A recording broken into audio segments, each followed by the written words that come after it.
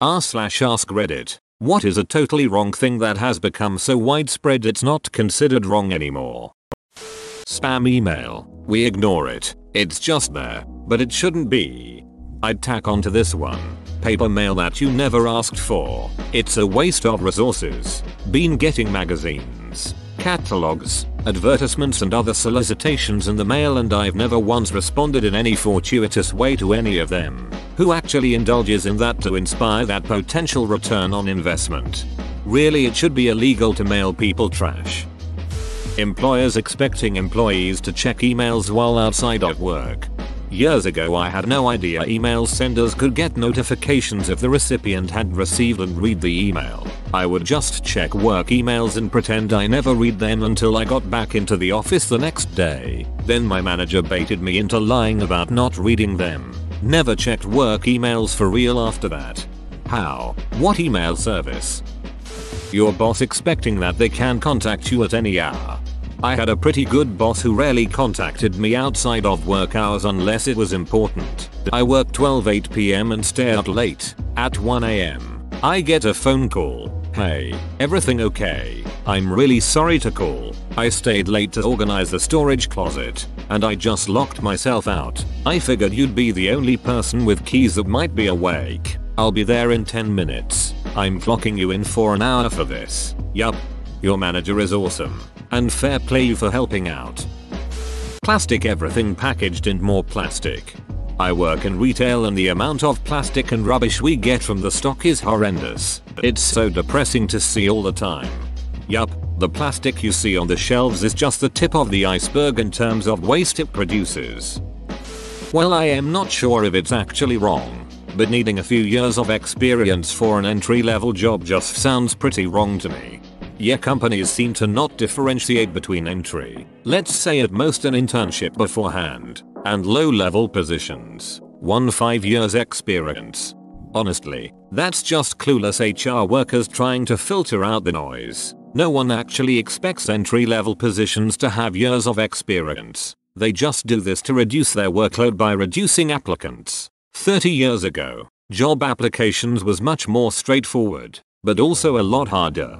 To apply for a job in most places you would have to scour the local paper/job center recruitment agency for job ads, then either phone them to get more details or post a CV and covering letter to the organization.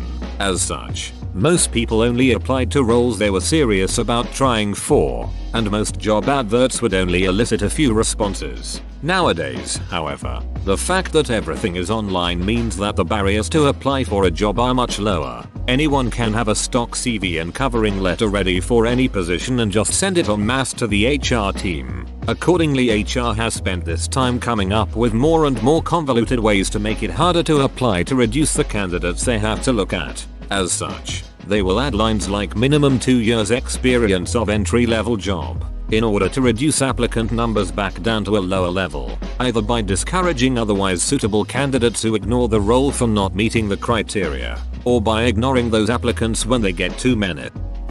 Making terms and conditions overcomplicated and long. Interestingly, because they're so long and dense, there have been several court cases in the US stating that they are not legally binding, since you are not expected to actually read it. Yep, you can't have any gotcha clauses hidden deep within the boilerplate. Companies have to show that any unusual terms and conditions were communicated in such a way that the consumer knew exactly what they were getting into. A job making you seasonal part-time but works you at least 40 hours every week, never giving you full-time wage or insurance. 39. 5 hours every week. I worked at a big box store that would send us home early if we were close to going over the old 39. 5. They would also have us take a day off in order to kill overtime if we had stayed late during the week. Harvesting as much data as possible. You have to go to some extreme lengths to prevent your personal information being sent to random strangers you have never met. For anyone with the aptitude, Pi-hole, you essentially set up a tiny PC and route all internet requests through it. Then give it a block list. Nothing connected to your network can complete requests to domains on the block list. Phone, PC, smart TV, washer/fridge, etc. Nothing. I honestly can't remember the last time I saw an ad, and it can block anything trying to phone home in the background as well.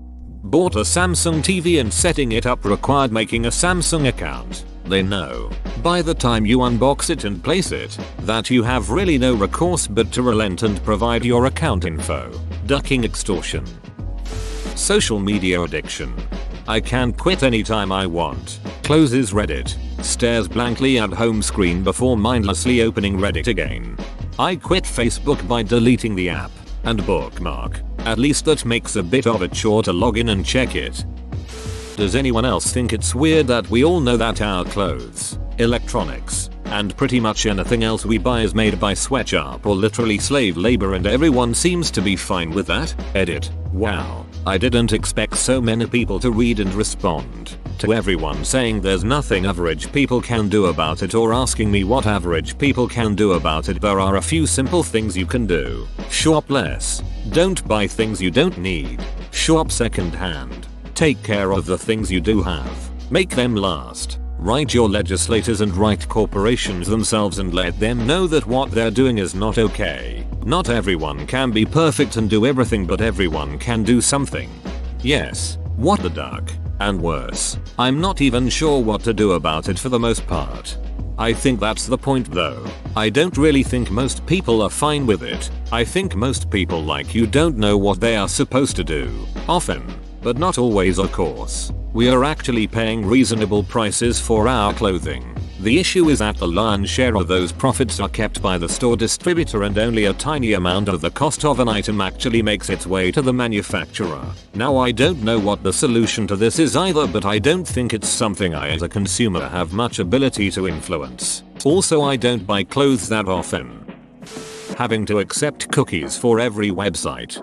It's made purposefully difficult by companies so you will just accept it. There should be an implicit deny on the browser level. That just always blocks cookies outright. Edit. Wording wasn't very good. I obviously know we need cookies for session management and such. I meant an actual system to just deny unnecessary cookies, like tracking and other stuff. And yes, there is a system like that. Not a single website honors it. Well, I mean, you can disable cookies outright, but that will break virtually any stateful website. Having no regard for your mental health, peace of mind in the name of hustling. Funnily enough, having no work-life balance is flaunted. I've never taken a sick day. Yes, Kathy, I know. From the time you gave me the flu. Yep, not taking sick days when you're sick is just wrong. Our QA manager infected our whole office, 12 people, because he had pneumonia, or COVID. It was before the whole shitstorm became widely known, and couldn't take time off because he was needed. Poor dude was going to the hospital after work to get IVs just to be able to go back to work. I was the only one who didn't catch it. Somehow, the colleague next to me was off work for 3 weeks and another ended up in a hospital.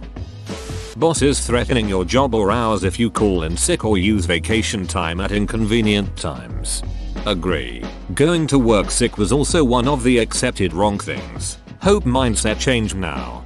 I had a job 5 years ago where the boss was an a-hole. We were on a deadline on a project, but I was so sick I was hacking up stuff and generally gross. He told me to come in anyway, and when I got there he gave me cold medicine, like I didn't have medicine at home. Obviously I wasn't very productive and everyone had to stay away from me. It was ridiculous. And paid internships is incredibly wrong. I'd say the way OT is mandatory in the trades world. What's even worse, paying for an internship. That's a thing. This has changed a lot since COVID, I'm assuming. But people going to work when they're sick. Not sure what it's like in the rest of the world, but I feel like in the US we've been conditioned to feel like it's worse to be an inconvenience by not showing up to work than going to work sick, miserable and getting everyone else sick. Edit. Just wanted to add, I am not trying to attack those who can't afford to take time off. I absolutely understand that that's a reality for a lot of people. I get that many times there is no good choice. There are also times where paid sick time is available, but workers are bullied into feeling like they can't take time off or honestly think their place of work can't survive without them. That's BS. Yeah, I remember working in food service and trying to call out sick and the managers arguing with you to come anyway if you couldn't find someone to cover the shift. Theoretically you could expose not only co-workers, but tons of customers. Great company policy there. I don't know about everywhere in America, but it certainly hasn't changed anything at my place of employment. If anything, it's made it worse, because now they just say, well, it's not covered so I'm fine. Short-term diet culture. Gonna consume nothing but lemonade for a week straight. I definitely know what I'm doing. Go to get rid of those toxins and rejuvenate your cells, girl. Cost of higher education. And not just the initial costs. The scam on books is despicable. The sexualization of our youth on social media and the algorithms that reward them and promote it. For young girls, it's even just finding clothing that doesn't make them look older than they are. Have an 11-year-old girl who's tall for her age, but it's very hard to find kid clothes. It's like the clothing industry has conspired that it's time for her to dress sexy. Shorts and shirts are made very short, and in the kids section recently, the new thing is athletic pants but with a matching crop top, in sizes as small as XS meant for like 6-year-olds. You can find some things, but it's absurd how hard you need to look to make them feel like a kid. When I was in middle school, it felt like every piece of clothing in stores was either geared towards people who were much older or much younger. Like you're either wearing jeans with sparkly pink pockets or shorts that show your butt.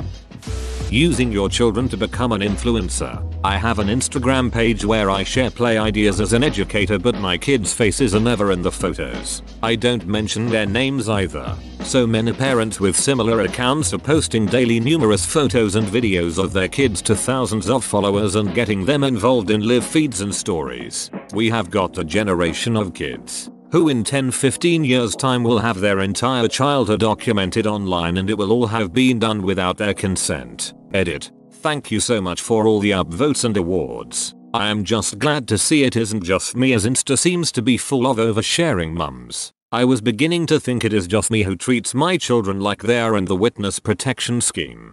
In my country we have this very famous couple of influencers who literally film their child all day long. Everything is documented and posted on Instagram. Now they just had a second baby, and their child, who's 2 maybe, is madly jealous. Yet they keep filming him and posting videos where this child is throwing tantrums and crying because he hates his sister. I'm so disgusted by it. Just leave your child alone. Let him have a normal childhood without being constantly at the center of strangers' attention. I'm so worried about both those children. Open bracket. For your information, I don't follow them. I don't care about them. I even block them so I wouldn't have to see them. But they're super famous here, so I know everything because everyone keeps talking about them. Websites selling personal information by default. Being proud of and bragging about a lack of sleep as if it's some sort of virtue. Or working yourself till you are burned out. Like if you are not giving it 100% all the time, you are lazy. And when you finally crash and burn due to lack of sleep and exhaustion from working constantly, you are not hard enough. Arguments being verbal battles meant to be won, not a ducking aunt. Arguments are discussions with the objective of reaching a truth or consensus. It's not about dunking on your interlocutor or asserting your beliefs over theirs. Also, if I stutter or can't speak my thoughts clearly, that doesn't mean you're right or you've won the argument. I just can't speak properly in that moment for WTV reason. This is an underrated point. I absolutely hate that people bulldoze other people when the other person just can't articulate, or not native tongue, or in my case work with mostly maths PPL who aren't good with language words. Ducking, calm down. Winning by default doesn't mean much, edit, and PPL communicate differently too. Some PPL are better over text when they've had time to think. Some PPL are better face to face. Some people have phone anxiety. Some people are socially anxious overall. If you have some finesse, you can totally work with these people and around their shortcomings. Taking pictures of strangers who aren't doing anything wrong or untoward just to post up on social media with some snark or judgment. In middle school I was very overweight. My body is very weirdly built and I carry fat around my lower back and I have a small butt. I'm a guy, mind you, and so I had trouble pulling my pants up all the way. So one time I sat down at the cafeteria with my friends and this prick behind me takes a picture of my ass crack and shows the whole table, who proceeds to laugh and point at me. I can still feel the embarrassment to this day. Edit. I never understood why people edit their comments to say thanks. I thought it seemed kind of pretentious, but now I see why. It's great to relate. But I'm sorry to anyone who experienced bullying. Thank you all so much for your great stories and kind words. Talking on speakerphone while in a public place. Seriously, duck you. Or who play their Bluetooth speakers on trails and other natural places. Literally the last place people can go to get away from modern noise. OMG, in the city I've seen people walking around with their Bluetooth speakers blasting music. They'll do it on the street, on trains, and even on the bus. Like WTF, just wear headphones. We all don't want to hear your music. Believing lies because it supports your worldview. This comment is funny because everyone automatically assuming it's only the other side. And what's equally wrong is that people who believe lies is a profitable market for shitty media programs and personalities willing to continue and spread said lies. Photoshopping and social media. Sure, let me Photoshop myself into a completely different looking person and receive all praise as if it actually validates me. I'm a designer and I Photoshop images for work sometimes. Once people learned that I'm pretty good at it, so many people ask me to Photoshop their photos for the most mundane reasons. You look great the way you are. Life is not ideal. It kills me so much on the inside when my friends ask me to Photoshop their photos to make them look less flawed, and now I absolutely refuse to do it. How Western nations ship their garbage to small Southeast Asian islands and call it recycling. Like 98% of Americans don't know this. I am American and I did not know this. The confusion between then and than. Who's and whose. It's and it's. Edit. How ironic. I actually wrote it's and it's. Lose and loose. How much material classified as recyclable is, in truth, not recyclable. It's more a marketing win that kept people using plastics. Why else would China stop taking the world's trash? They could do nothing with it but bury it in the ground. Perfect attendance being celebrated for kids. When my kid is sick, he stays home. He's healthy too. I can't imagine having a kid with a disorder that makes them prone to being sick more often and then not getting some shitty little award for not being in school every day. Kids get sick. It's not wise to send them to school anyway so they can spread their germs. Schools push attendance because butts in seats is one of the factors that the government uses when deciding how much funding schools get. The customer is always right. I actually looked into this as I was curious, and honestly, when it was first a thing it did make sense. It just doesn't make sense now. So to explain, the customer is always right or gone, and it's back when buyers beware was also a thing. When quality control and uniformity wasn't really a thing, so you could buy a brand new vacuum slide from the store that is missing part of the motor so doesn't work. The customer is always right was started by a single store, and it was the slogan meant to mean if the customer said the store sold them a defective product, then the customer was. Naturally this took off and made the store a huge success because it gave customers peace of mind about their purchases, which made the idea take off. In modern times, where the chances of getting a defective product is extremely unlikely, it no longer fits and was also never supposed to apply to anything else except returns really to begin with. Sadly, the reason the phrase exists is long gone, but the mentality remained. Using your real name on the internet. Pigeon. Flashing used to be illegal. Now every woman gets dongs and their DMS from strangers. Edit. I must have hit the nail on the head for this one considering the replies. Yes, I meant unsolicited nudes. No, I don't think that flashing and e-flashing have the same immediate threat, but I do think that e-flashing is still threatening and worth criminalizing. If this is a problem that every woman deals with online, then it's obviously time to let the law in. Yes, the law gets abused with false reporting. We still have laws. If you disagree with how nudity is natural and not a big deal, then you aren't looking at the reality of our culture now. Getting consent is really easy for nudists. This is barely even a related argument. Ask for consent. I'm sure it still is, but the law hasn't kept up to date with technology. Could have instead of could have. I wholeheartedly agree.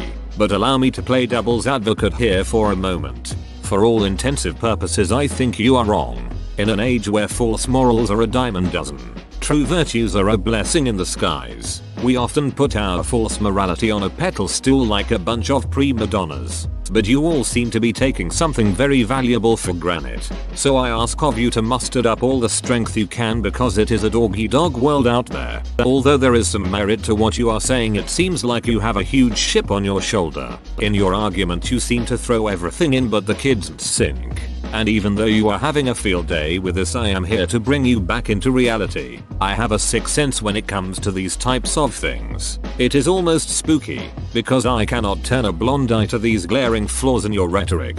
I have zero tolerance when it comes to people spouting out hate in the name of moral righteousness. You just need to remember what comes around is all around. And when supply and command fails, you will be the first to go. Make my words. When you get down to brass tacks, it doesn't take rocket appliances to get two birds stoned at once. It's clear who makes the pants in this relationship, and sometimes you just have to swallow your pride and accept the facts. You might have to come to this conclusion through denial and error, but I swear on my mother's mating name that when you put the pedal to the metal, you will pass with flying carpets like it's a peach of cake.